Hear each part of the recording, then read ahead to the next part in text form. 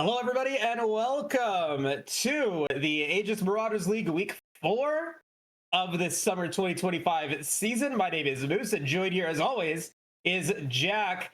Jack, how has it been? It's been a couple of days since we last casted together, but still have to ask you, how you doing? Doing all right. Today a bit of a day of mourning for my Celtics fans among us. Got my little poster up there, banner back there. We got two of our players going out for cap reasons, but nothing could cheer me up more like a banger matchup here in the AML.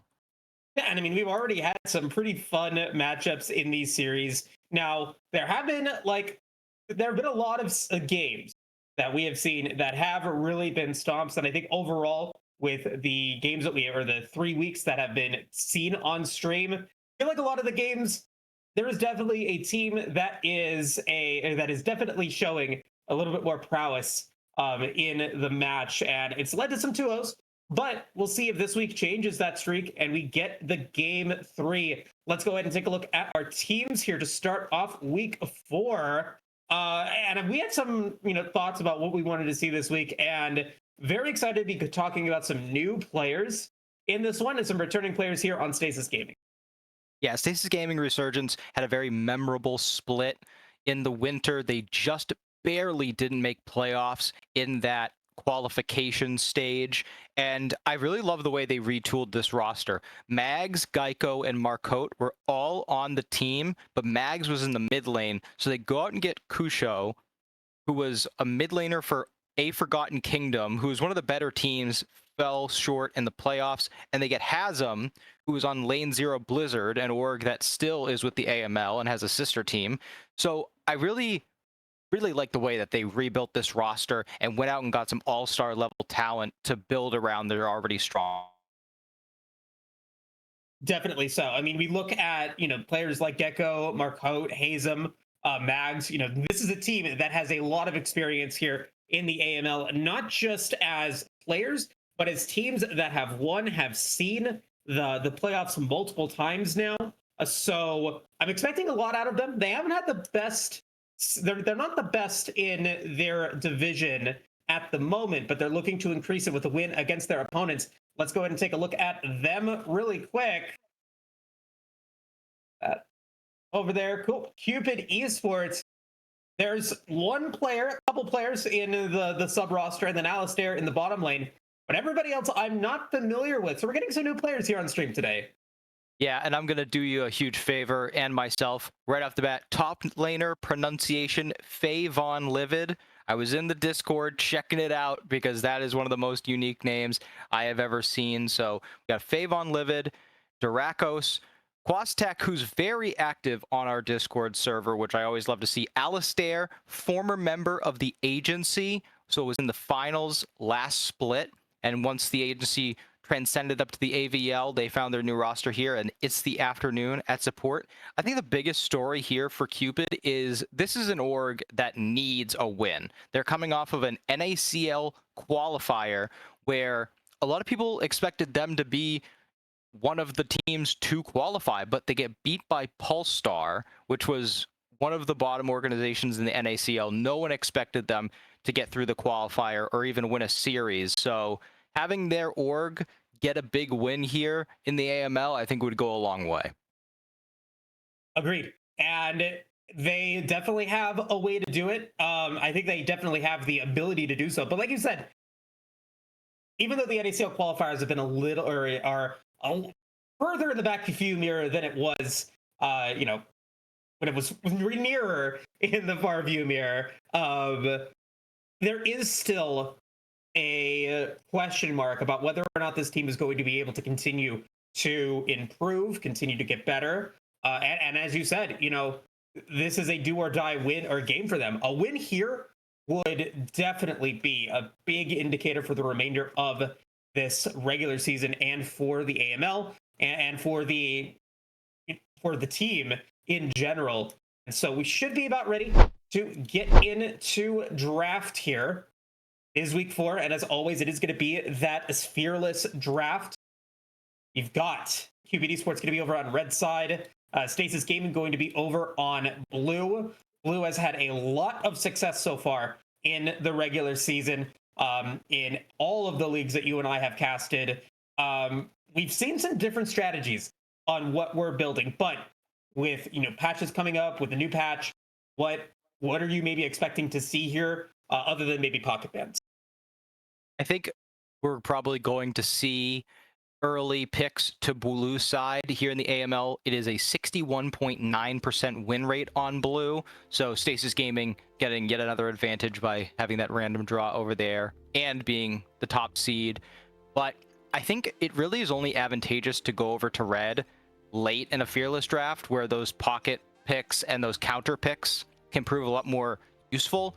Earlier in the draft, even though we're playing on 15.12, which had a lot of nerfs to very meta stuff, there's still a lot open. There was buffs to champions that are loved at this level, like Lee Sin. So I think that there's still a lot on the table. Having the Aphelios be first banned, I think it's very, very obvious because Alistair, we have got a lot of Aphelios enjoyers in this league, but Alistair takes the cake. 498 games this year alone. And on the other side, Gecko has been practicing it, has a lot of it in his recent solo queue games, but I think there might have been a decision made like, okay, we're getting him to a point where we can maybe pick it, but I don't know if we're there yet in game one, so let's make sure they don't get it. And now we get to see what the rest of the draft is going for. Corky, another one of those bottom lane bans. Alistair going to be targeted here at the start of this game, and then the Talia going to be taken away. I have been very impressed with the overall performances of Talia in summer 2025. Taking that away from Cupid Esports, or just taking it off the board in general, I think will open up the map for the rest of the players on the team. Now that Talia is not trying to go for those Weaver's Walls and being frustrating throughout the match. But we are going to get that Mel. We have been seeing it kind of poke up recently in our games, and I'm excited to see it here. We have seen it pop off in the AML before, and it's going to be most likely going up against the Hui in the mid lane.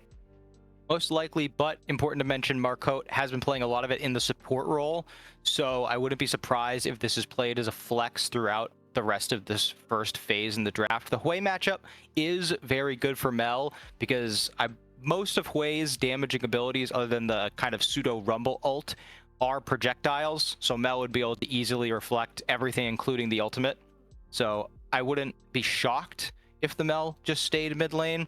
I do like this combination. Hui Pantheon is an extremely destructive combination with the point and click stun Pantheon has.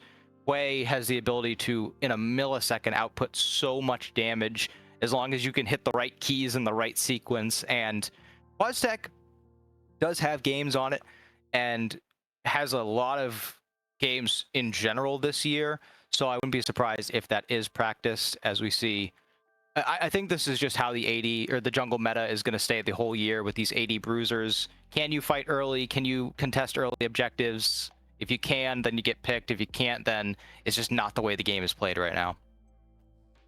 So as we move into this third pickup here for Stasis, Wukong going to have a little bit of engage, but is notorious for falling off, after the Baron phase. Pantheon, in both of these junglers, I feel like they are going to be useful for that one specific ability that either keeps someone in place or knocks them up as we go into the team fight phase. And so we're looking to see what comes out as the for the other roles. And Ezreal is going to be coming in. To me, that screams that maybe they're going to be trying to go early game here, and we're going to see a potential Karma or a Karma ban from Cupid Esports. As the Kai'Sa gets locked in, they're able to get that Nautilus. It would definitely give them that front line and that hard engage that Hui and Pantheon are missing. Yeah, and I see you're exactly right about the Karma. It's a good ban. Nautilus also being banned, so I think they might be listening in to you, Moose. But if that Mel is going support, pairs very well with the Ezreal. If you just think of how oppressive Ezreal alone is in lane, now you add one of the highest range mages in the game, going to be very annoying, especially for a low range AD like Kai'Sa. Alistair's second most played is Kai'Sa, so I think not only does it work with this draft, but it also pairs into that comfort well, and I am hoping that they ban this Nico, because if they're trying to build this dive comp with the artillery from Hui being in the background, Nico is going to shut that down in an instant. This has quickly become one of the highest priority and best champions. So I think if we see another, this is where I don't love committing on blue side to 2 support bans, because you want to leave yourself some available options if you do want to go engage. And looks like they're going to potentially opt for a last pick support as Scion locked in Great Blind in the top lane. Yeah, I mean, I don't think that it's surprising at all, because of the. I feel like supports this season have been so like either it's 0 to 100, right? If you're on point, if you're able to facilitate, get that vision, get your AD going early on, it can definitely be a difference maker. But if you're just if you're getting picked off of the jungle, or you're not being able to land ability shots, then it can really be a tough scenario to be in. Allowing for Stasis Gaming to get that top lane counter pick, Fiora potentially hovered here. I like it. Could potentially have some issues if the Pantheon is able to go in, but Gwen, I think a little bit more stable, going to round out this composition. Got some poke, got some engage, but it's all very situational. And maybe that's the reason why we wanted to see that support pick coming in. Alistair is such a great option right now. Yeah, I believe that Stasis Gaming has a very clear win condition, and it's try and get to these objectives before Cupid Esports, and then hold the line, have Ezreal and Mel poking down, and then just based on the champions you've drafted, if you bring yourself to Wukong, makes his job so much easier. And Braum obviously excels when he's playing against a dive comp. And Gwen, I don't think that any amount of nerfs are going to break her from being viable against tanks at this point. I really think that's the spot where this champ is always going to thrive. I do still like what Cupid Esports has built, because the Pantheon Scion Leona dive, facilitating for the Kai'Sa, Hui being your insurance in the background, trying to land your damage. Whenever I see these kind of comps where it's dive against semi-anti-dive, I never really fault the team that's drafting for that engage, because even if you are going up against champs that have really good ways to disengage and react, you're still going to have all of your weapons. You still have all of those abilities to find someone and catch someone out, as I pop out and in. So yeah, I like what both teams have going for them here. Definitely so. And I mean, for this, I think for this game, what we have definitely noticed has been how impactful it is to land your skill shots. And again, talking about, you know, the support role here, both of these supports have massive hits with their Winter's Bite or their Zenith Blade or the Solar Flare, that if they can land those, it could facilitate the team fight or the skirmish win. But if you miss them, if you're missing those skill shots, it's going to be a really tough battle for the team that's unable to land them. And so I mean, definitely looking at the support role for this match. However, let's go ahead and jump into the Dragon Draft here for week 4. It was 2 Infernal Souls for last week. You got them both, Jack, and you know what? I'm gonna do it. I'm gonna take away the Infernal Soul. I don't want that 3P to happen and get you all 3 of them. Well done. I'm going to stick with what works over here in the AML, and I'm going to grab my Hextech and Chemtech Lucky Charms. There we go. I think I'm going to go with Ocean, because Ocean just likes to pop up here and not in the AVL. And I'm going to give you Cloud, and so I'm going to go with Mountain to round out our Dragon Draft here for this first game. Folks, we appreciate you guys all watching. As always, we're going to take a quick break. And when we return, it will be game 1 between Stasis Gaming and Cupid Esports. See you guys soon.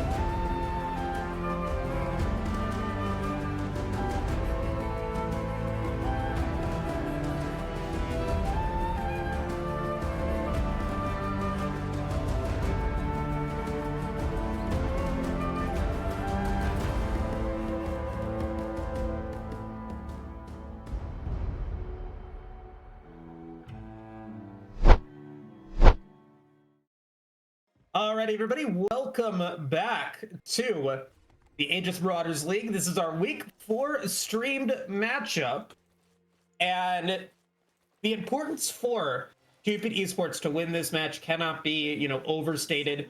Yes, Cupid Esports has had their bye, and they are currently, 0-1 moving into week 4. I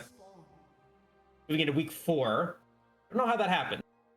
They had a couple of reschedules, so they've only played one match. They're playing another game tomorrow, I believe. I see. So just a bit of awkward rescheduling, and we've talked often about how tangible momentum is. So if they can get this win going into tomorrow would be very, very important. Agreed. We talk about, momentum, how important that can be, as we are getting that 5-point start. A lot of these members here on Stasis Gaming known for their over what they do to start off matches with their shenanigans. Looks like Cupid Esports not having none of it. Alistair, I think, on the receiving end of that, dropping that ward in the bottom lane, making sure that that death brush was not there. Most impactful part of that, though, is that Cupid Esports did not try to go for any warding either at their buffs or going in for any vision inside the blue side. So Stasis Gaming's going to know where Durakos is at. Mags, however, is going to be undetected for the time being. However, this is going to be that start, that very aggressive thing that was happening here in the bottom lane. Marcote is going to be down to 200 HP. That's absolutely filthy. I mean, we've seen a lot of Scion starts be quite odd because of the passive. Obviously allows Scions to help counter jungle, go for bottom lane dives right away at level 2, and then just teleport off base. But I don't hate this strategy, even though they didn't opt to go for a poke Ezreal lane. You're still very low range as the Leona Kaisa, so getting some early damage prevents you from being able to get all in, as you see, even with that massive health advantage they had for a moment, getting poked down already. So going to have to be very, very precise with how they play the rest of this lane. Last thing, looking at all of the runes we've got, I wish we'd see more Ezreals go for lethal tempo. It's so strong early game, and I think helps you push your advantage and gain some early leads. And then I like the grasp by Hazem up in the top lane. Obviously, Conqueror is the typical for Gwen, but you're playing a melee matchup against a champion that wants to skirmish a lot, wants to gain health themselves, get their own grasp off. So I like matching those grasps. Yeah, you have a lot of good perspective on these on the power of these runes, and I'm mostly curious to see what the Arcane Comets are going to do in the mid lane. Is anyone going to be able to potentially get an early kill? And gotta see if Hazem can keep up with those grasp procs. No ghost, no flash, has the teleport, has the ignite. Probably felt like they had to go for the start, as we are going to get a little bit of a skirmish here in the jungle. Mags, who has played a couple of roles here in the AML, going to be able to snipe steal the Scuttle Crab in the bottom lane, and is going to force out the flash of Durakos. Mags is going to go for it. Nimbus Strike is there and doesn't need it. Crushing blows. First blood goes to Stasis Gaming. Welcome back to the jungle. Mags takes him no time to readjust himself and just runs into Durakos in the jungle, knowing that his bottom lane would not allow Cupid Esports lane to join. At this point in the game, Wukong is unbelievably strong, and if I had to venture a guess, I bet that Durakos used his W on the Scuttle Crab, so didn't have it up for that fight. Did end up using the empowered Aegis Assault to get out of there with the movement speed, but not enough with the follow flash. So very well done by Mags, and that type of advantage early is the type of one that, with these bruiser junglers, really can make a massive impact during these first objectives. Indeed. Getting that extra money, having that phage, going to be a huge buy for a Wukong. The importance of Wukong being able to get ahead early, being able to get their lanes ahead early is going to be impactful, as we already see Mags and the Wukong trying to go for some more invading in the top lane. Was able to force Durakos to delay the completion of those drugs. Might have even gotten a few of them in the exchange. Going to go back for their Gromp and their Wolves. As the top lane matchup is starting to look pretty good for Hazem.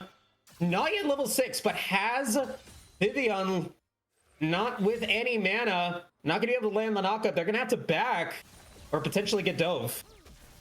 Yeah, it's a really dangerous spot right now for Faye, Vaughn, Livid. And it's difficult when you're facing a matchup that's already so hard to play against, but also having that bot lane play not go as well as you'd like for it to have.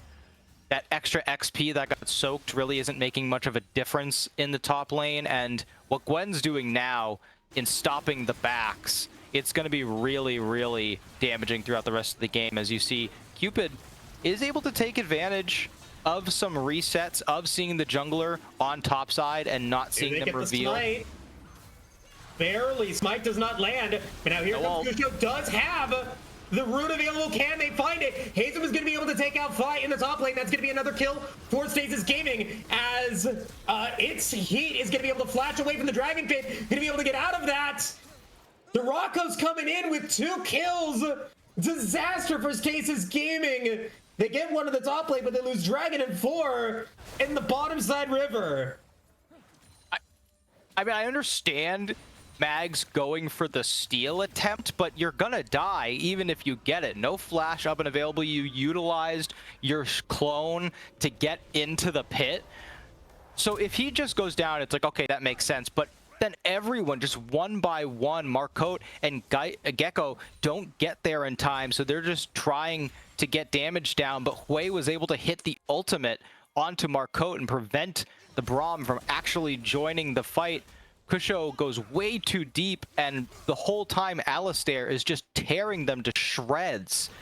Just about the worst outcome you could have had in what was a very dominant early game performance. Only downside for Cupid is that, as you mentioned in this top lane, Sion did go down, but that's nothing that a quick lane swap can't fix, as we see both teams adjusting towards these lanes, as Quastek will have to use Flash as the bot lane of Stasis Gaming try to match that lane swap. And that's the other important part too about that team fight. I talk about landing abilities. Kusho was unable to proc the ultimate because I don't think she landed a single one of her skill shots in that engagement, and that could have been the difference maker. There were some low health bars. It's heal afternoon, right? Or it's the afternoon. It's the afternoon. I'm sorry. I'm a little bit dyslexic there. But nonetheless, let's talk about that later, as we are going to potentially be seeing another skirmish here in the top lane. Gecko and Marcotte have been together for the majority of this game. We haven't seen a single roam from this Braum, but now it's going to be the afternoon being able to land that Zenith Blade. Glacial Fissure comes through, but it's not enough to keep Gecko alive. Didn't have Flash. Arcane Shift used a little bit prior.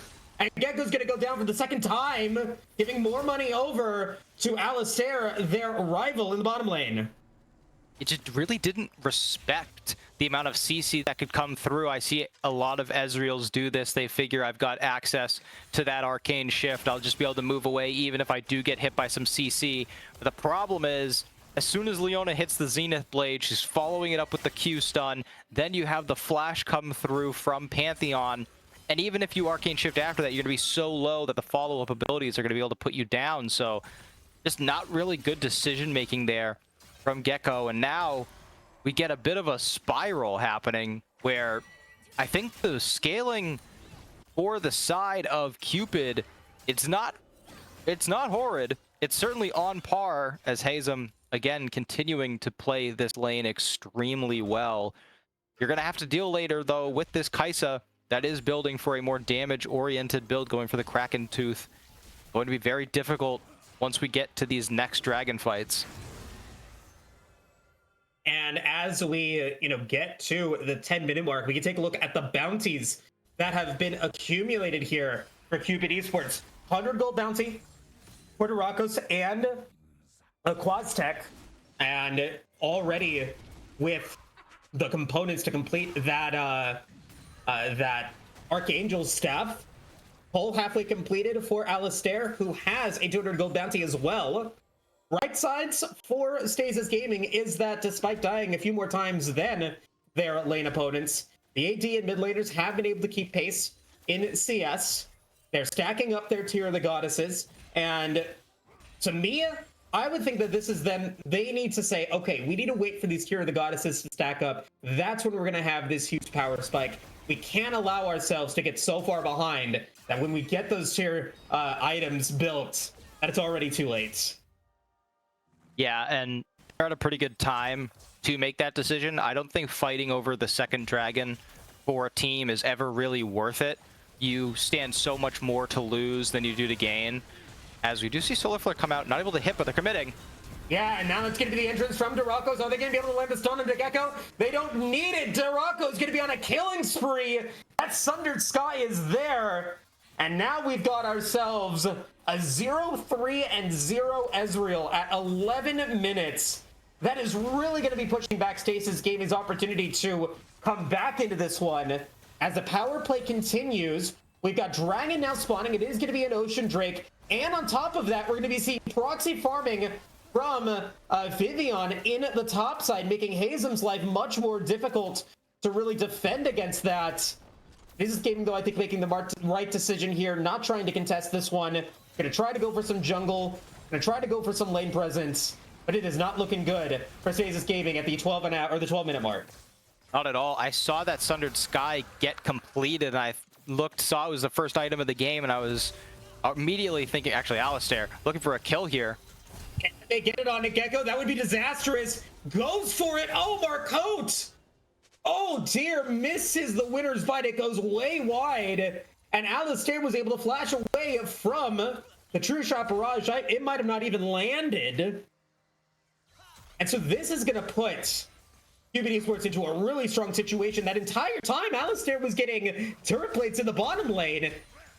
And it looks like Alistair is staying there to maybe provide some artillery support as Gecko is extremely low.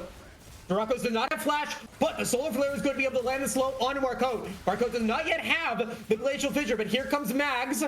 Looks like they decided to back off of this, knowing that they weren't able to land it. Oh my god, that spear was so close. But yes, Cupid Esports will be able to back away. Both playing on a knife's edge right now.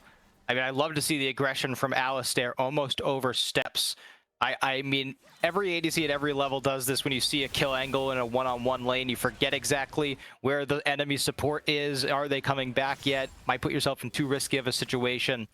But now we see many more completed items coming through. Riftmaker first for Gwen, Triforce for Wukong, opting for more of an offensive build.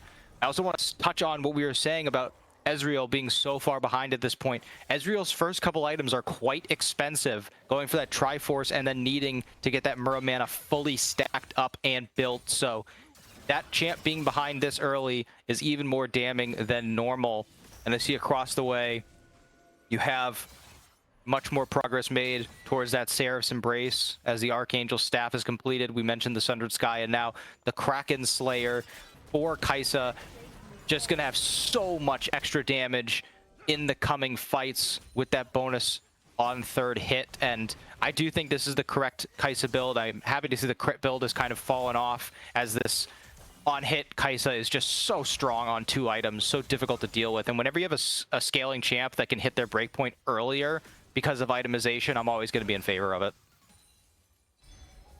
As the turret plating does fall, I'm looking at a total of 8 turret plates. It might have been 7, but 7 or 8 turret plates getting taken by Cupid Esports. That is attributing to the 2,500 gold lead that we are seeing. We're gonna have skirmishes in the bottom lane. We're gonna have skirmishes in the top lane. As Duraco's is gonna land the stun onto Marcote.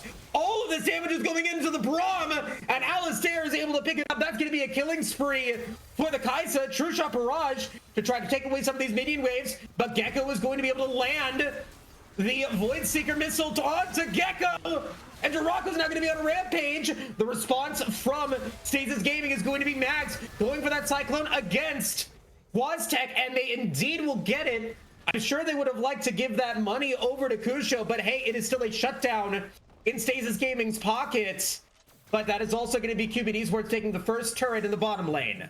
That is a good response by Stasis Gaming, but you see how well coordinated Cupid Esports are. Whenever you draft a champion with a global ultimate, you want to be utilizing it as often as possible and as effectively as possible, obviously. And I mean, these ultimates from Durakus have been absolutely incredible, always able to join these bottom fights. And when you're playing against such a defensive bot lane duo of Ezreal Braum, being able to find this many kills in the lane is so impressive. So I want to give massive kudos to not only Durakus, but Alistair, and it's the afternoon. I was curious to see what level of play Alistair would bring to this team. Like we mentioned in the pregame, he is an AML finalist, and not being taken with the agency up to the AVL. I'm sure there's a bit of a chip on the shoulder, wanting to perform at this level, maybe prove that they should have been brought up instead of Wander. And they're definitely proving it here. That's maybe one of the better things of having some of these reschedules is you do kind of allow yourself to keep your cards close to your chest a little bit of what these players can do. But Alistair has definitely been putting in work on this guy, so I'm very impressed with the mobility and the movement that we've been seeing so far in this in the first 16 minutes. Has 100% kill participation, 3, 0, and 5.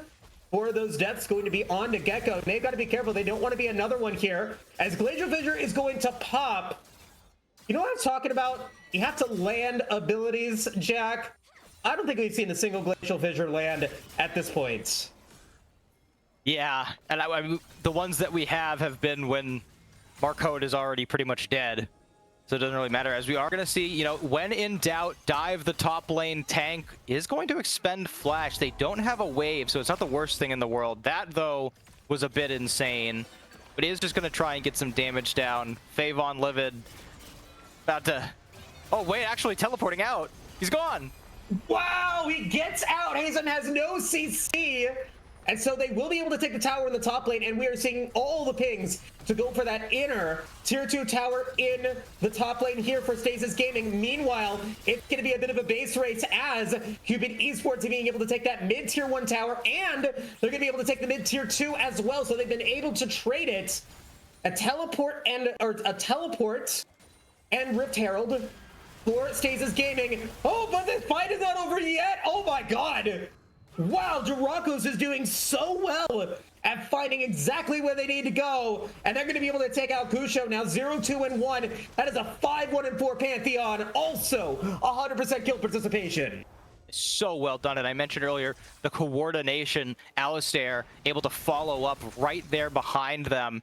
So just, I mean, you can't deal with that much damage this early in the game. This is around the time where these 80 skirmishing junglers of Wukong and Pantheon are hitting their spikes, 1.5, 2 items. And that earlier trade of the 2 top turrets for the mid double turrets in a vacuum, obviously you would say not worth it because mid lane is going to be more important structurally than top lane. But when you're as far behind as Stasis Gaming are, sitting at 5.5k down, grabbing yourself 2 turrets and giving yourselves a lane to play on and actual threat to push for, it is very important to try and come back into this game, especially when we're sitting at what is going to be a 21-minute soul point, or soul, dragon soul. So you want to be able to threaten the opposite side of the map. So if you have to give up the dragon soul, which I don't think they should, you at least can threaten an inhibitor. But if you do fight for the dragon, you at least have a backup plan where you can push it in to make them back up, make them double think. So I like that play being made when you are behind. Cupid Esports know that they have this potential win condition on the table, and indeed it is a win condition here, Jack. If they're able to get Mountain Soul against a team that really wants to be poking before they go for an engagement, it's going to make your life so much harder with the extra shielding and then those extra resistances as well. So very, very scary situation here for the Stasis Gaming squad. Now, one thing that, you know, I have to remember from this team, from the players that are AML champions on the Stasis Gaming squad is, you know, they sometimes don't have the best early games, but their ability to be able to persevere and come back into the later stages can be the difference maker, and has been the difference maker in some of those critical fights. However, It's going to have to take some good coordination to make that happen. There's no teleport for Hazem here, so if they even want to go in for this engagement on the Otacon, it would still be a 4v5, and it doesn't look like they're even going to have a chance to. Otacon now completed, just adding to the neutral objectives that Cupid Esports has. I mean, I generally wouldn't oppose an uncontested Otacon take, but this might be a minor mistake after they all back. If Stasis Gaming used this opportunity to get some vision and get this push in the mid lane, could be a bit of a tempo mistake made by Cupid Esports. But that's a big if. We also saw Gwen recall, not continuing to push on the top side. Sion does have teleport up and available, so we'll be able to join even while pushing out the top lane. This next dragon is going to be critical. I actually don't even think at this point giving it would be the worst thing in the world, just because the draft that they have is packed with damage that is going to continue to scale. With Wukong is the only real champ that's going to fall off here, so they are going to have plenty of damage as this game continues, but I think they want to fight now. And now the engagement has begun. Here comes Jirako's not going to be able to land a good ultimate here. One of their weaker ultimates in this fight so far, as Dragon's going to be spawning in around 23 seconds. Don't think that Cupid Esports was able to get the best back here, as we are going to get the engagement from Max, trying to get the Cyclone on to a couple members, as the Cupid Esports squad is going to be a little bit divided. But is the wallet too big? It seems to be too big, as Alistair is going to be able to come in with their killer instinct and pick up two. Vivion's going to be able to take out Marauder in the backline, as Hazen will be able to get one. It is going to be Quaztech, the play. And are they going to be able to get another one here against It's the Afternoon? They are not! Massive ace here for Cupid Esports, but I think ultimately it was just them dropping the wallet on Stasis Gaming.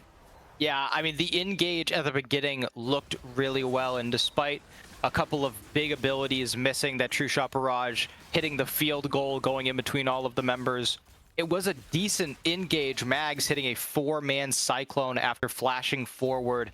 But then you get this point that so many teams really make massive mistakes in, where you get a great engage, you're onto their backline, but there either isn't enough communication or coordination to get the entire team focused on one target. And as you mentioned, when there's such a difference in the wallets, you have to be attacking the same target to really get them down to be able to outfight a team so far ahead. So once Mags and Hazem really dive the backline, it leaves Kusho and Gecko really, really out of position.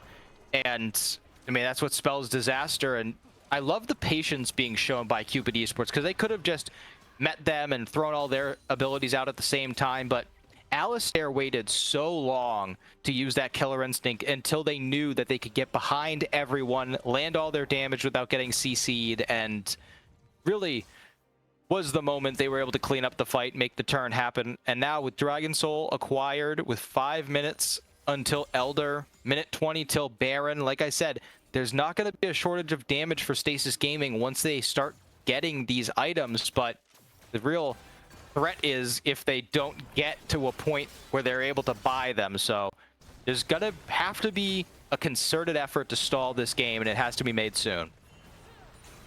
Has to be made soon. I think, has to be really made now here, as Cupid Esports setting up for their Baron play.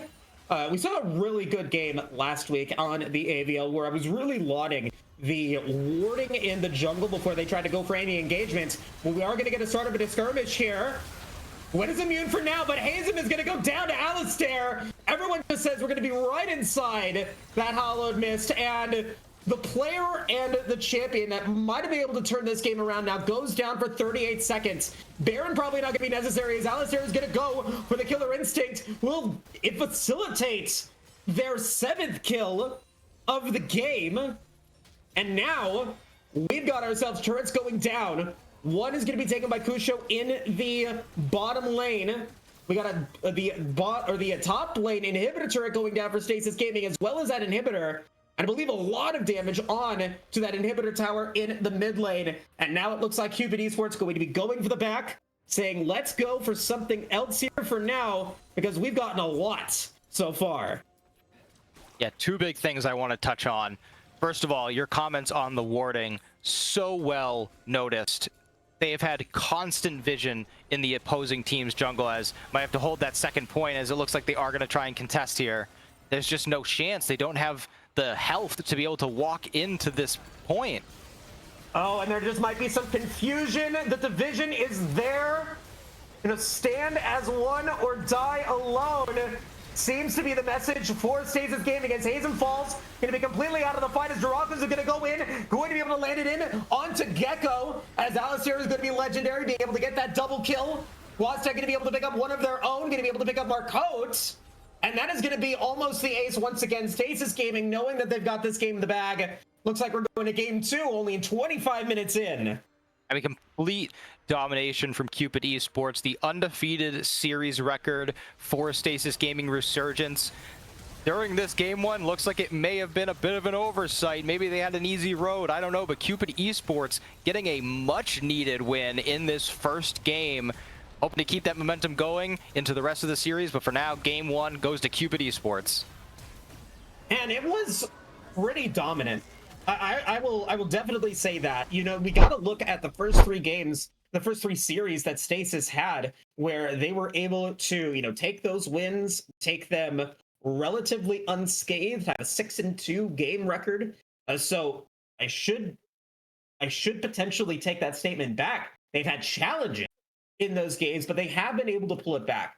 And so, with that being said, I'm curious to see what Stasis Gaming is going to bring to the table here in game 2. Will it be another one of those reverse sweeps like they had in their 2 of their previous series, or will they find themselves for their first loss in the Demacia division and lower their standing so far in the regular season? We'll find out in just a bit, folks. We're going to go and take a quick break. When we come back, we'll jump into draft for game 2.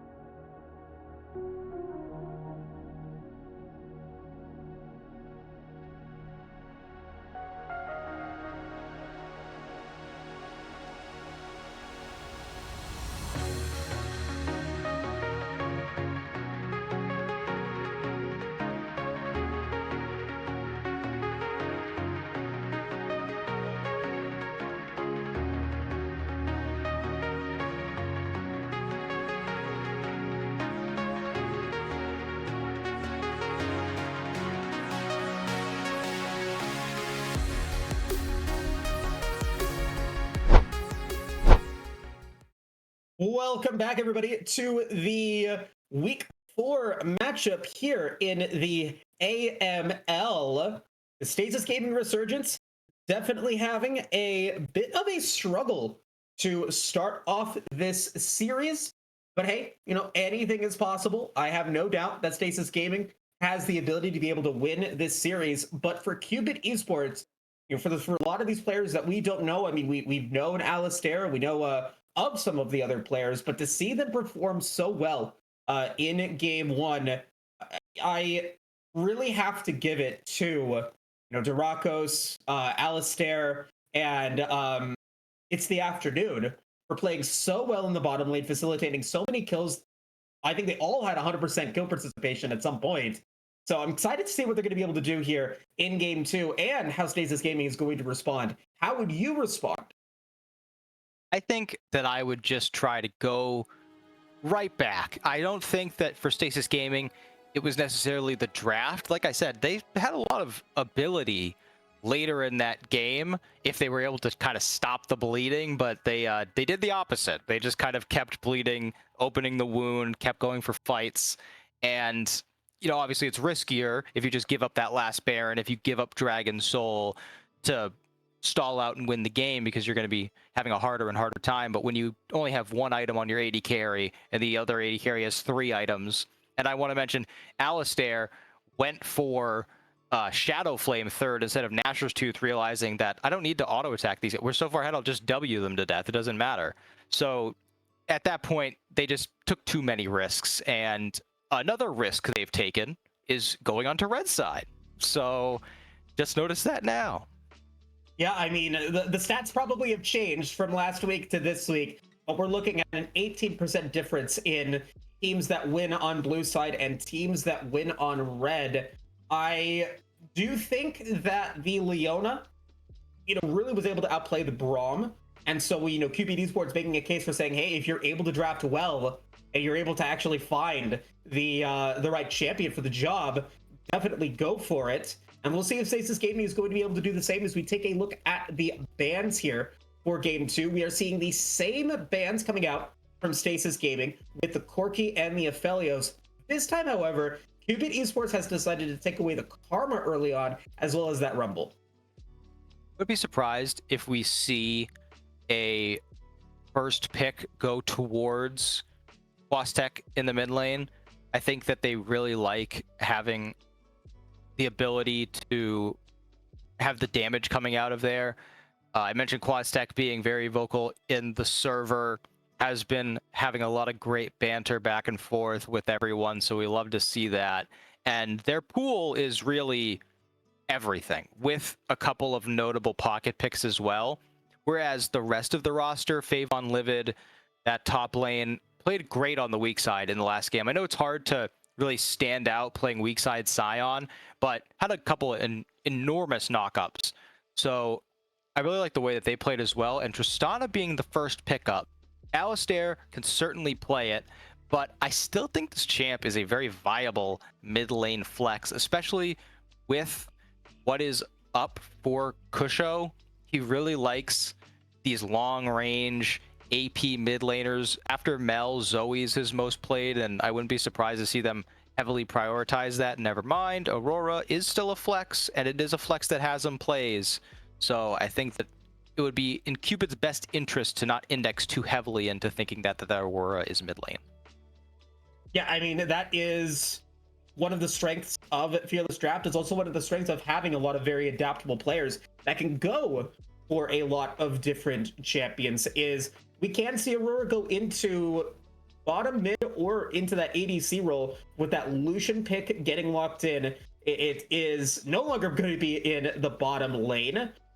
I don't know if maybe Stasis Gaming is thinking that Tristana is going to potentially go into the mid lane there. But I am curious to see what they do decide to go for. Aurora needs some time to ramp up, but Lucian wants to go for something that can potentially bully in the early game. Braum is not available, so you maybe got to go for something like a Nami or an Alistair or something that could potentially start fights. Lucian's gone.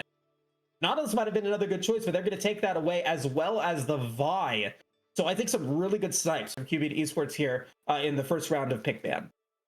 Yeah, they're going back to the strategy that won them last game, being able to constantly skirmish.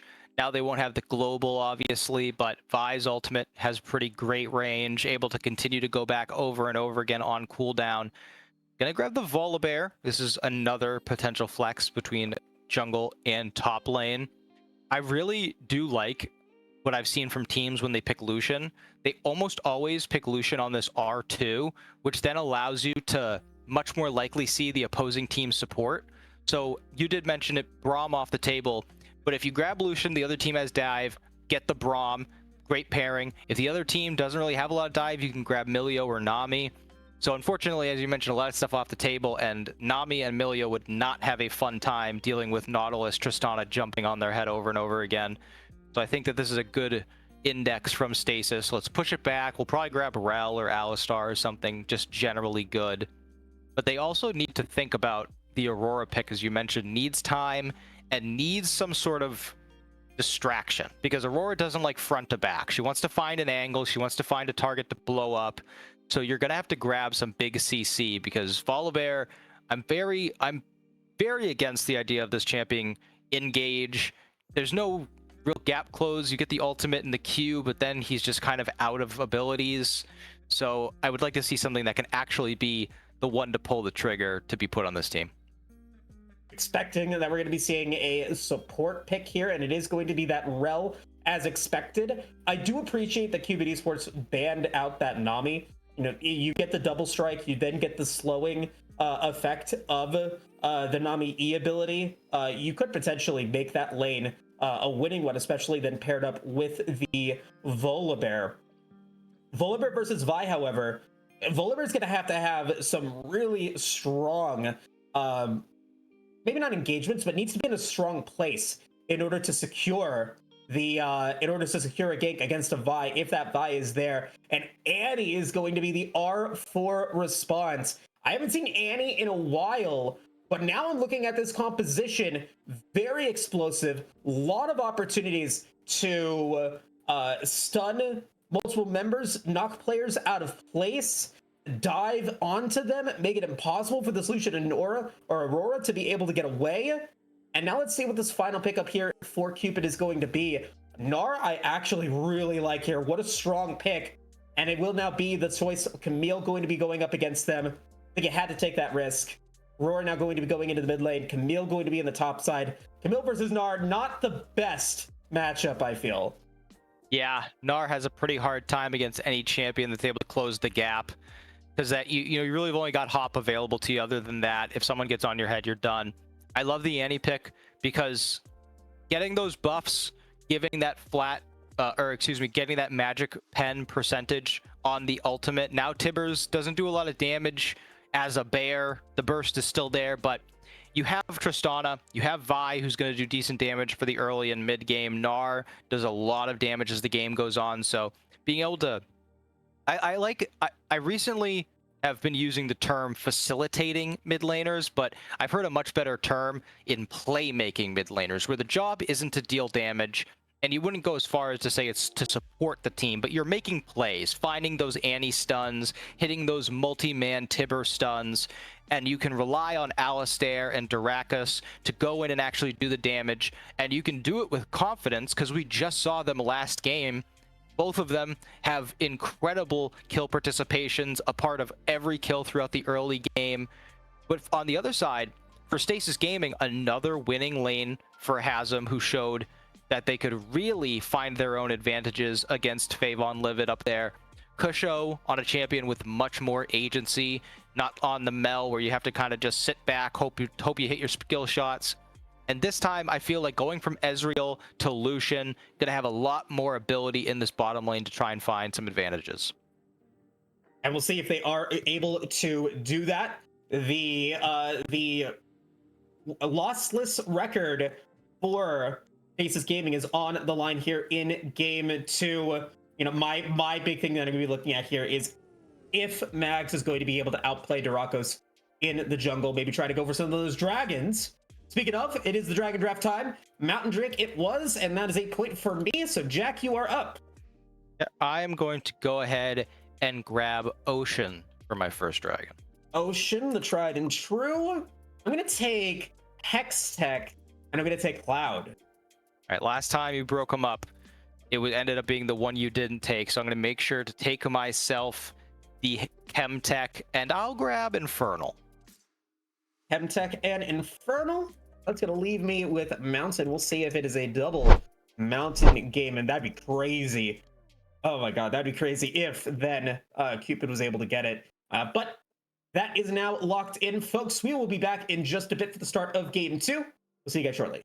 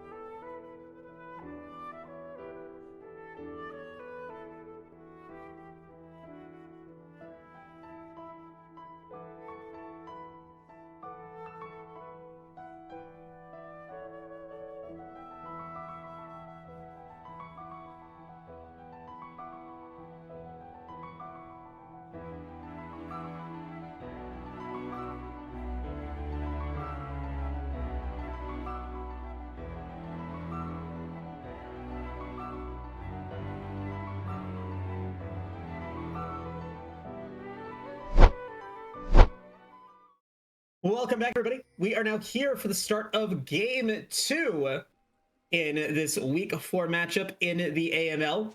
Stasis Gaming now looking to bounce back.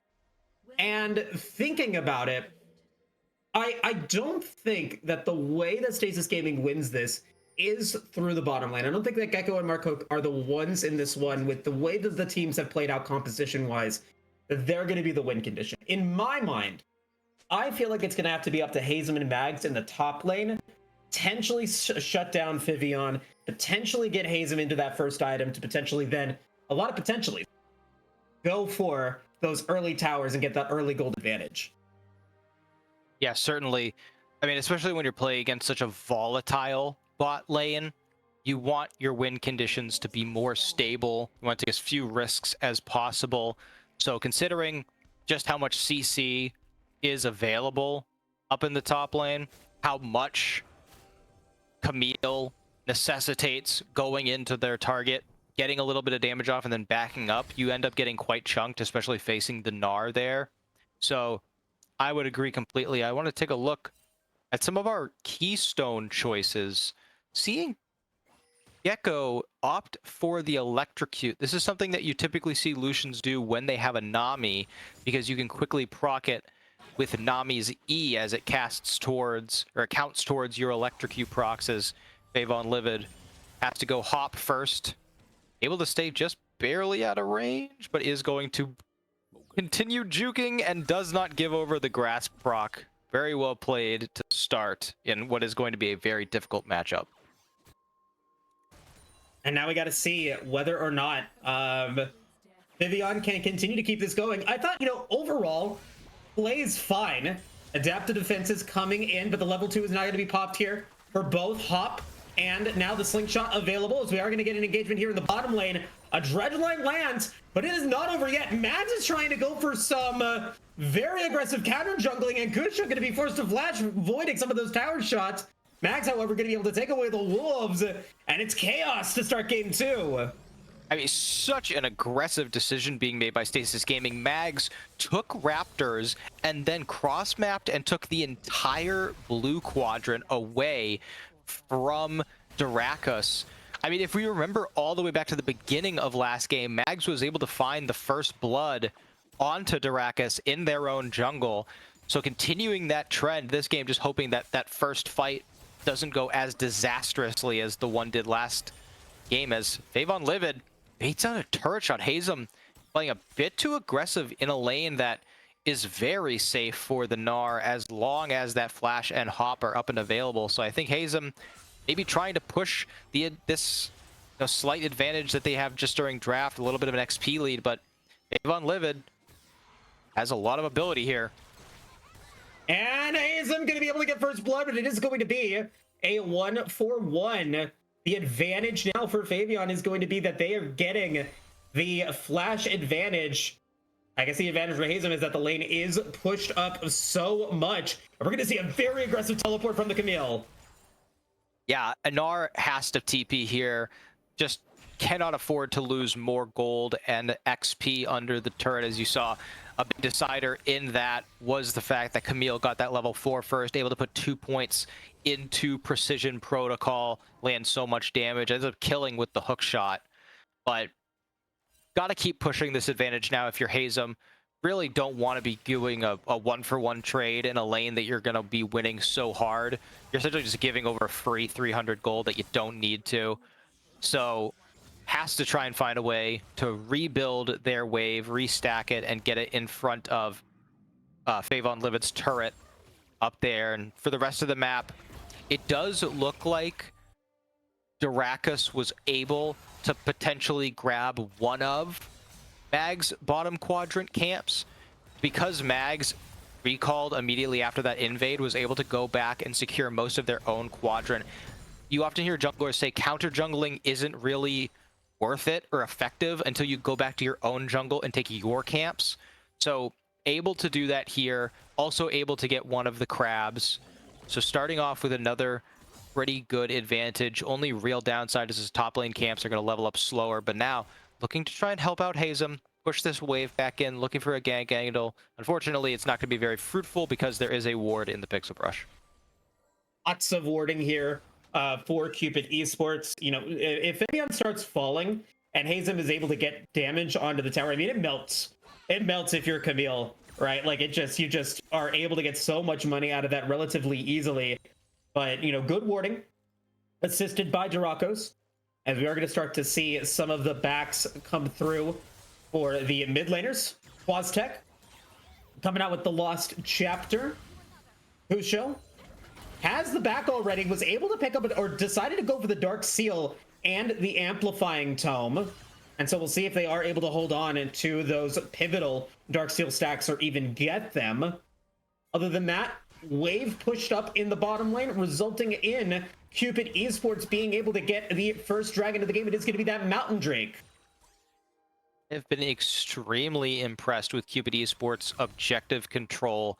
Last game, obviously, they were able to get that first dragon just based off of a tempo play. They recognized that Mags not only had backed, but when they came out from base, they didn't open bottom side, so they knew they would be uncontested. And as you've been so aptly pointing out, the vision control from Cupid has been so good, so they know exactly where the enemy jungle is at all times and are able to take advantage of that by grabbing these permanent buffs. And now with about little under 2.5 minutes until, or 1.5 minutes until we get the Void Grubs, I wouldn't be surprised to see the bot lane of Cupid push out right now with Tristana, use those abilities in the BF sword, and then go up to the top side. We see Nar backing now, is heading back up towards top side, so maybe not going to swap just yet, maybe not at all. We'll see how they end up playing that. Something that I find, you know, interesting in this series, and maybe one of the differences of the AML and the AVL. Check out the AVL this Friday, 4 o'clock.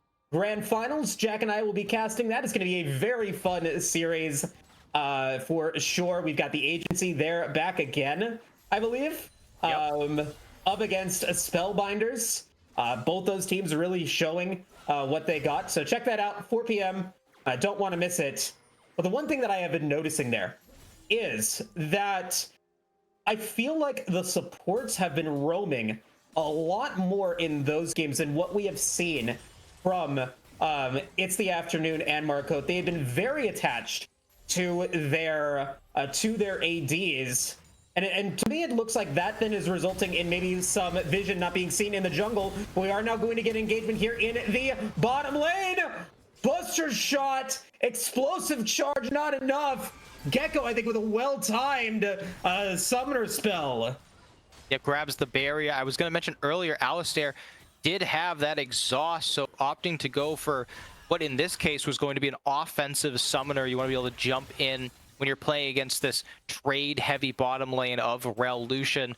But again, they're able to pretty much do what Stasis Gaming did to them last game. They're constantly grabbing level advantages, as we see a little flash out, just trying to do as much damage as they possibly can before they have to leave and give up all of this golden XP. But now they're being pushed off the turret. Marcotte in trouble. Wow, what a nice flank from Durakos. Marcotte not down yet, though, as we are going to get an engagement here in the top lane. Vivian, what a great Gnar ultimate! Stormbreaker coming through, going to be able to shut down the tower for a second, but it's not enough. Wow, the timing, the hands on this Gnar. And in the bottom side, Marcotte didn't go down, was able to stay alive thanks to a very well-timed crash down. Got the shield just in time, turret barely able to support them. Durakos did not go down, but a ton of damage dealt. Hazem, I don't know if they're going to actually have the damage here, especially now that they don't have that precision protocol up and available. So Favon Livid able to find a bit of an advantage here with that incredible outplay.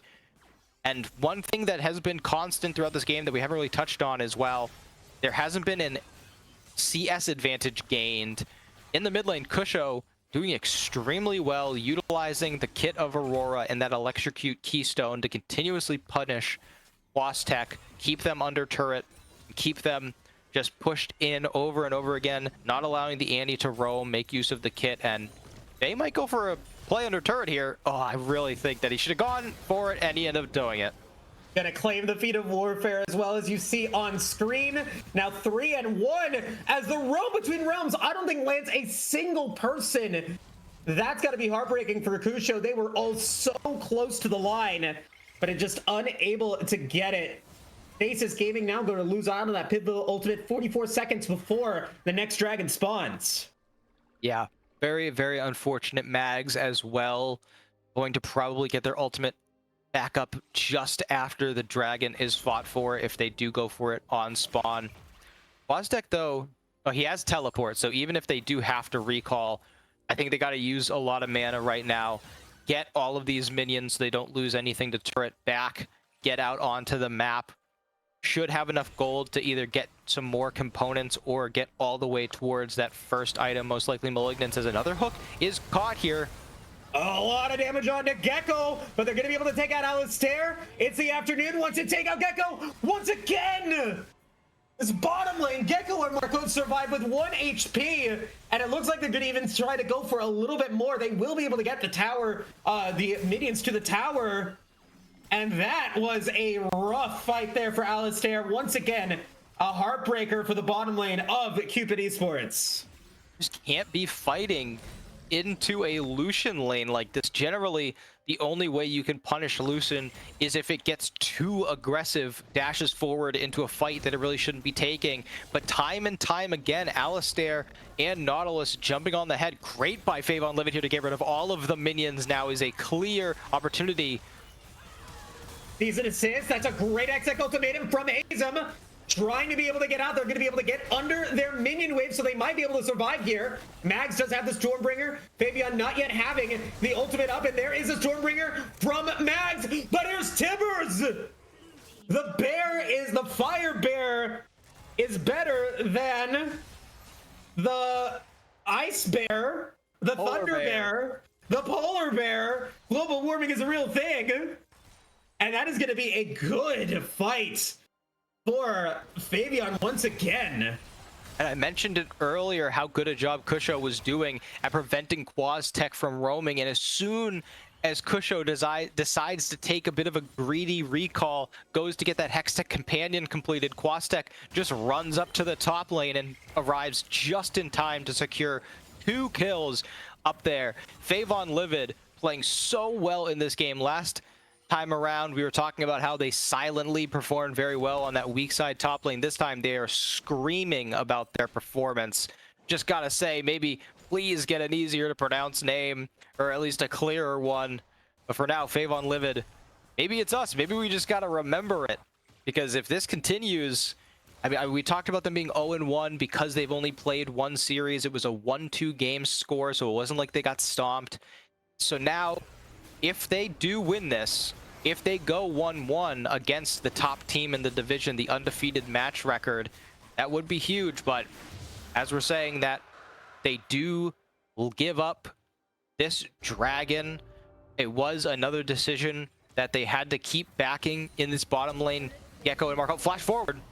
Quaztech trying to get out Kusho, and they will. Even though the run between realms was there, it is not going to allow for the Stasis Gaming mid laner to survive, and that is now going to mean that the start of the mid game is going to be a power play for Cupid Esports. I think that we've seen some relatively good warding and vision from Cupid at the start of this game, but this time I think Vivian might have bite off a little bit more than they can chew, and indeed they did. That is a shutdown for Hazem. And that is a good thing for Stasis Gaming. If this Camille can start getting going, it can be really disruptive in the side lanes. Yeah, that is the reason. You just saw perfectly displayed why Camille is a counter to Gnar. Gnar does well when they can kind of stick and move, build up that Gnar bar, but when you get caught out without a Gnar bar, you're just going to die. And now we've got It's the Afternoon going to be taken out by Gecko. That is another strong performance here from a champion in the AML. Not another one. I mean, the first game did not go as planned, but we are going to get another all-in from Alistair. They're going to try to be able to take out the Lucian. They're going to try to flash forward, but they're going to get stunned by Marcote. And Gecko's going to be on a rampage. Alistair, you've got to maybe step back a little bit, as Mags, unfortunately, might be in trouble. Going to be able to get back with just a little bit of health remaining. Malignance, not quite enough there. Meanwhile, Fabian is now going to be in the bottom lane as Rift Herald has spawned, use the teleport. Kusho is here to defend that one. And yeah, I mean, I think for Alistair, they just need to take a little bit of a chill pill, but Fabian is not going to take a chill pill. Kusho's down. Just barely catching the edge of that wall with the Gnar slam, using it just at the end of its duration too. So showing really good mastery of this champion. I mean, the one time they got caught, walked up a little bit too far without that Gnar bar being built up, but now able to fully utilize the kit once again, and played so well into this extremely difficult matchup, showing how important they are to this team. And I mean, now again, I want to go back to what you were talking about in this bottom lane. I feel like this is, we talk about like little well-known terms and phrases in League of Legends, talking about like Lee syndrome and stuff. Tristanas tend to have this tendency of just going in over and over again. Oh no, Kusho. I feel like that was maybe a little bit of a caster curse there. It's the afternoon, barely able to avoid the stun from Marcote. Meanwhile, we're going to get a teleport from Hazem. Might be a little bit of a waste here if they're unable to fight Fabian, but they are really trying to go for it. They're going to flash forward to go for the Hextech ultimatum, and they will be able to get the shutdown onto the Gnar. Durakos does have a tower to be able to protect themselves, and it looks like they will be able to do that. What is the response from Cupid Esports with all of the members going down to the bottom lane? It looks like it's just going to be a reset, but this bottom lane engagement is not yet done. Durakos going to be able to land that stun. Nicely done there. Quaztech, though, in trouble, gonna go for the Timbers, gonna try to get a kill, and they're gonna be able to get the first death of Gecko. I'm so surprised that that wasn't a shutdown, but that is gonna be 7 stacks on that Dark Seal here, Jack. The reason it's not a shutdown is because somehow Stasis Gaming is nearly 2k gold behind. I can't tell you how or why. I think it's probably to do with all of the kills garnered in that mid lane and top lane. But I mean, this is really a tale of two sides of the map. You said it at the beginning. Cupid Esports not really having the ability to play through bottom side, and that's obvious based on the scoreboard. But the top side of the map are doing their job. This performance by Quaztech has been incredible on the Annie, continuously flashing forward, finding different picks, able to bait in Gecko to come forward, gets their first death. And Hazem, I know we've been lauding the performance of Favon Livid, but Hazem's not doing too bad themselves, able to get that Triforce, has the Tiamat and most of the other components for whatever Tiamat item they decide to go for. As Flex flash forward, they really want to try and make a play around this mid side, and Mags might still be the target. And it's going to be the season as it's landing right on the Mags. That's another nice ultimate combo there from Fabian and Durakos, as Durakos is going to leap forward. They want to try to fight it, and they're going to drag back Stasis Gaming into this fight. Hextech Man's ultimatum is going to drop, and that's going to be Fabian Livid going down. Gecko's going to get a double kill. That's going to be Gecko with a triple kill. They're going to get the shutdown on the Quaztech. And that turned out to be a 3 for 3. And I mean, money going into Gecko's pocket, trying to potentially get that Infinity Edge shortly. I think that's going to be a win for Stasis Gaming. It started so good for Cupid. They find the catch onto Mags out of position. They're able to push onto the turret and poke. And it's going to be difficult for them to take the mid lane outer just because you have Lucian and Aurora. They have a good amount of wave clear between the two of them. And then Favon Livid, who we've been praising all game, absolutely loses their mind, flashes over the wall, and just kind of sits in the middle of 3 of them tanking turret shots, ramping it up. Once they finally do use the ultimate, it's too late. The turret's fully ramped. Quaztech has to take aggro to try and get them out, ends up dying to the turret. And meanwhile, the whole time, Gecko was completely out of range of everyone on Cupid, landed a full culling onto the front line, able to push them back.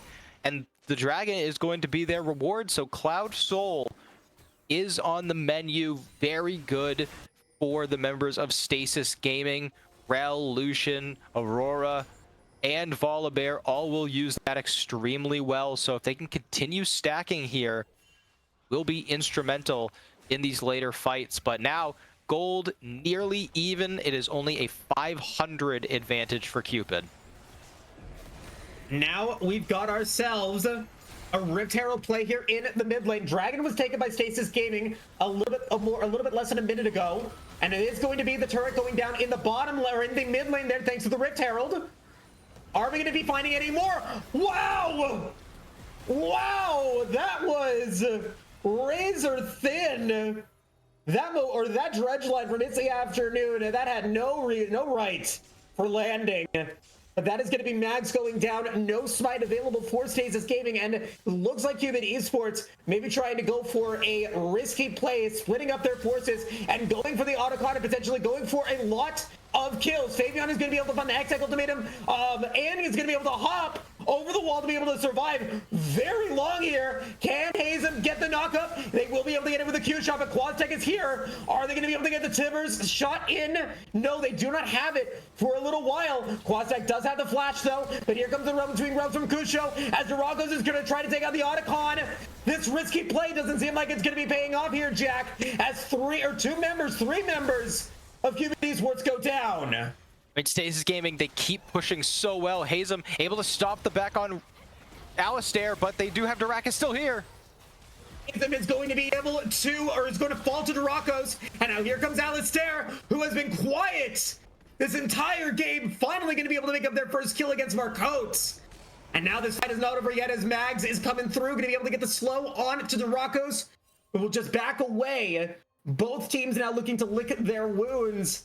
And with those extra kills, I think maybe Cupid Esports was the one that came out on top. At the very end there, I mean, I hate to say it because both teams have been playing quite well and pretty entertaining league so far, but this game really has been the story of who's going to throw last. Alistair and It's the Afternoon in this bottom lane have just jumped into their death over and over and over again.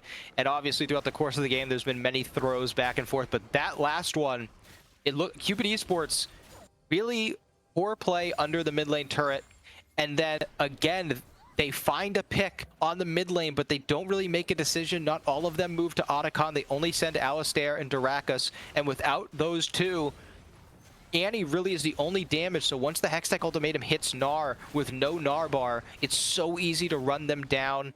As you mentioned, Annie doesn't have Tibbers, also had very low mana, but then again, they just go too deep. Hazem loses his mind diving under the top lane turret, ends up dying, and then Marcote goes in to try and save him. So it's just every time you think one team is going to finally pull away and grab an advantage, they hand it right back to the other team. And once again, we sit at an even game state. 100 gold is the difference. 3 turrets to 2 for Cupid, Void Grubs, and the extra dragon for Stasis Gaming. But I don't think that the game plan is going to change at all. I think we're going to keep seeing an NA Ram, going to run to this mid lane and just wait for the dragon to spawn in a little over a minute. You know, I saw like a clip on somewhere where it was like, what's your favorite ARAM map? And it's, oh, you know, it's Howling Abyss, or oh, it's one of the other ones I don't know. I don't play ARAM. But I think my favorite ARAM map has to be Summoner's Rift. Yep. When we get these back and forth, and we are definitely seeing that this game is a back and forth battle. Dragon is now spawning in 40 seconds. Both Hazem and Fabian both have their teleports available, but Hazem is going to be taking a bit of damage here. We'll probably be able to back away and then go for that teleport fight. Other than that, we do see vision control for Stasis Gaming. Meanwhile, Cupid Esports may be trying to go for that inside track in the mid lane. Yeah, they want to get that push going right now. It is a very aggressive teleport, but they can't afford to give up this mid lane turret. It's been keeping them in this game. Hazem gets aggressive there. This dragon really important if they can get onto Soul Point. Really does force the rest of the team to fight. Another engage here from It's the Afternoon. They're going to land the dredge line on Akusho. That's going to be a stun. Followed by the Season is on the Gecko. Followed by the Timbers. What a great wombo combo coming through from QuadTech. But is it going to be enough? As it is so chaotic. The Realm Between Realms was used, but it doesn't look like that is going to stop Cupid Esports, as Durakos is going to get a triple kill and is one ball breaker away from getting the ace. Can they find it? They will get the slow. Hazem trying to run away. I think they might have it here. Indeed they do. That is the ace for Cupid Esports. It was such a chaotic start, but the most important factor was that It's the Afternoon was able to proc the depth charge onto Gecko. And once he got knocked up, you saw Dyrachus immediately go in for the cease and desist. Quaztech jumps in to get the follow-up stun, and once Gecko is down, I mean, look at the rest of the team. Hazem was alive at the end there, and they have a ton of damage available, but Camille's kit only allows for the burst damage to come every couple of seconds. There's no real consistent DPS. So once Gecko is down, they have no real ability to put out damage. But still, 2k gold advantage for Cupid. Certainly still a okay position for Stasis Gaming. They need to get this Aurora online, though. If Aurora is not putting out damage that's meaningful and able to win them these fights, they can just do that exact same fight again, where depth charge gets put onto Lucian, cease and desist follow-up, anti-stun follow-up, and then he's dead. So they have to start prioritizing getting farm into Aurora, getting CS into Aurora, and trying to get them into a winning position. And Mags, I like this itemization. I'm so happy we're not seeing the Navori Flicker Blade, because this Volibear's only job going forward is to get hit. I'm a big animal advocate. I don't like seeing the polar bears go down like this, but he's got to make himself endangered if they have any chance of winning some of these fights. Another engagement coming through from the Rockos. They're going to find the engage on the Gecko with the cease and desist, but they aren't able to find any further ones. That's a lot of damage on the Mags once again, but Quaztech is unable to get out the Timbers, and that is going to mean that Gecko survives. A beautiful flash from Gecko to be able to get away from the follow-up that Quaztech and Alistair were trying to go for, and that means that the Annie and the Nautilus are dead for the next 30 seconds. And this power play from Stasis Gaming, they can't go for the Baron because Mags is dead, but they can certainly try to get some towers. Yeah, they need to protect their own bottom lane, as you see Hazem and Kusho backing for that. This is going to be one of those team fights where if you are the intelligent team, if you make good macro decisions, you recognize those kills are good. We got some gold. We can put that in our pockets, getting towards these breakpoint items we need, and then just re-push out our lanes and wait for the next one. Baron is up and available, but Geico is really your only DPS, and as you mentioned, Mags was dead, so not going to be able to take that. You got over 2.5 minutes until the next dragon, and even that would only get soul point for either team. So it's a good decision made by Stasis Gaming to not push for anything more there. They can also get their own jungle camps in peace, which is always very ideal at this point in the game, especially when you consider Dyrachus so far ahead. 3 completed items, not something you often see at this point for a jungler. And they got to keep trying to find some of these fights and some of these advantages. Kusho showing that they are a little bit more in this game with a massive amount of damage put out there. And the big difference in that fight was they weren't able to fully CC Geico, flashed away from the cease and desist without Hazem caught out. Even gonna go for the Hextech ultimatum, and Mags was there but says, nah, I can't even defend this one, as Fabian is now gonna be up against Gecko. That is an Infinity Edge, Lord Dominic's Essence Reaver, Lucian. Fabian trying to be able to get out, and it looks like they will be able to escape. And so that play in the top lane against Hazem is going to potentially lead to even more kills here for Cupid Esports. No, they will back away, but they know that Mags is going to be at very low HP, and it looks like they are going to try to start to go for a Baron play. No vision around the pit for Stasis Gaming at this point. Fabian unable to teleport because Gecko denied the back, and so he might be late to this party, but I don't even think the party's going to be there. Cupid Esports are going to be able to take Baron Nashor, and it's a power play for the next 3 minutes. Yeah, I generally like to stay away from negative analysis. You know, this is a tournament that does have a lot at stake, but you've got a lot of players in here who aren't getting as much practice as others.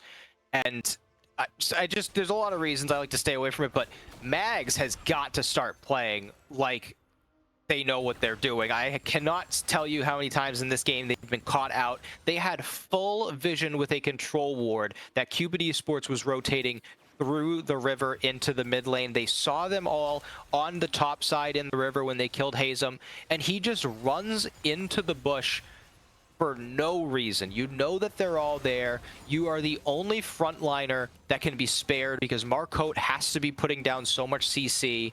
You just cannot afford to keep dying out of position like that or getting chunked over and over again. It's the reason you're giving up so many objectives at this point in the game.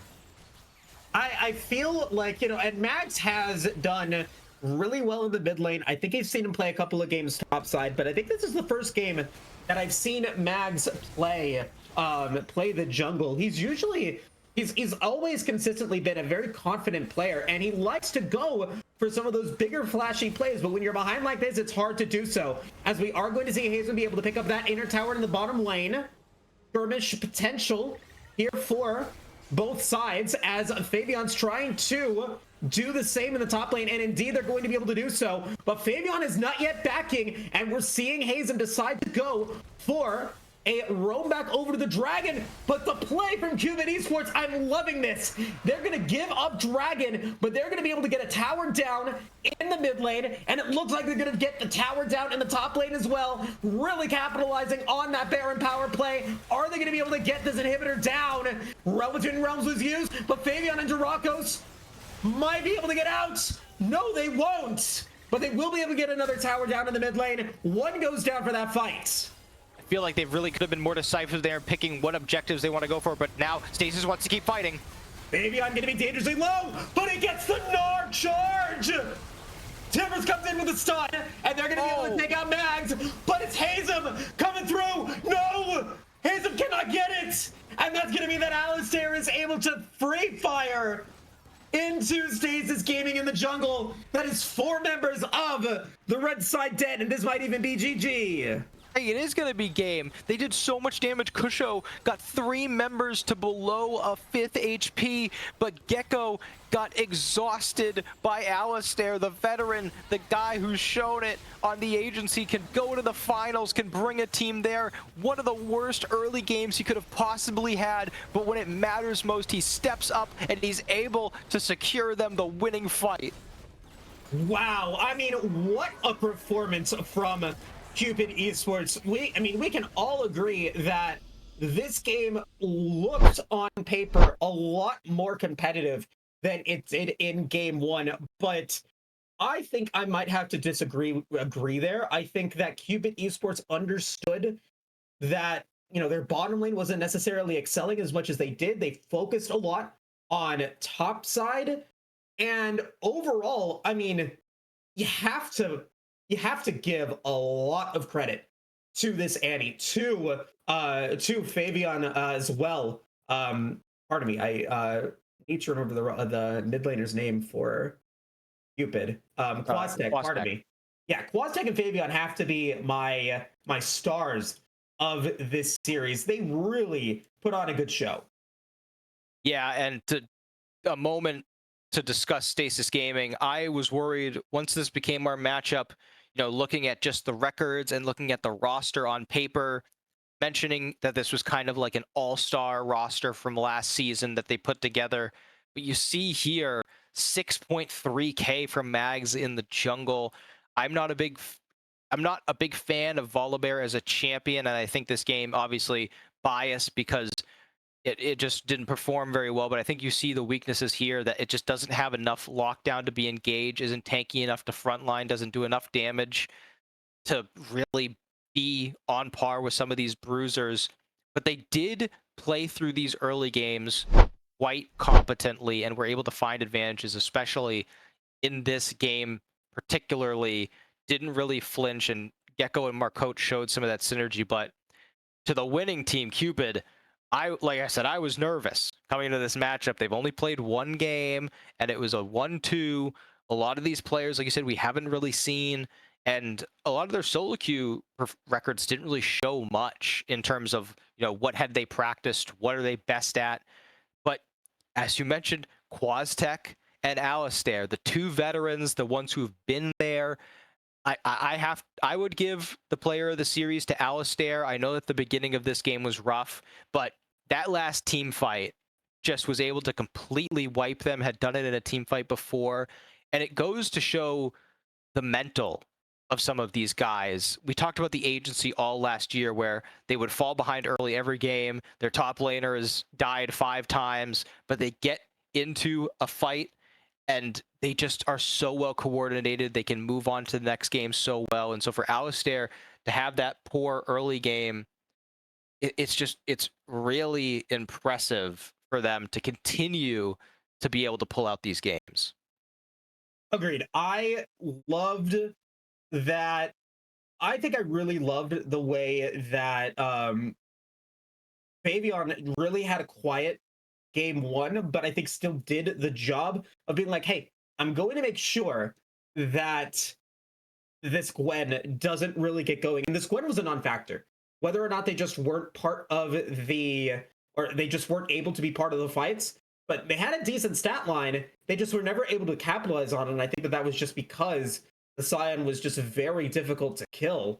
And then this Gnar game, probably one of the best Gnar games that I've seen out of a player in a long time, if not ever. So really kudos to them for being able to do that. And I'm very excited to see what Cupid Esports is going to be able to do in the latter half of this regular season. But with that being said, thank you guys all so much for watching. Before we go really quick, that was 8 point for you, Jack, on the Dragon game. It was a Cloud Soul. Haven't seen a Hextech or Chemtech Soul so far, unless we saw one in week 2. Regardless, very fun season so far in the AML. Check us out next week, 5 p.m. for week 5. And like I talked about earlier, check out our AVL Grand Finals on Friday, 4 p.m. Going to be a great series, regardless of whether you come or not. Thank you guys all so much for watching. Have a great rest of your week and take care.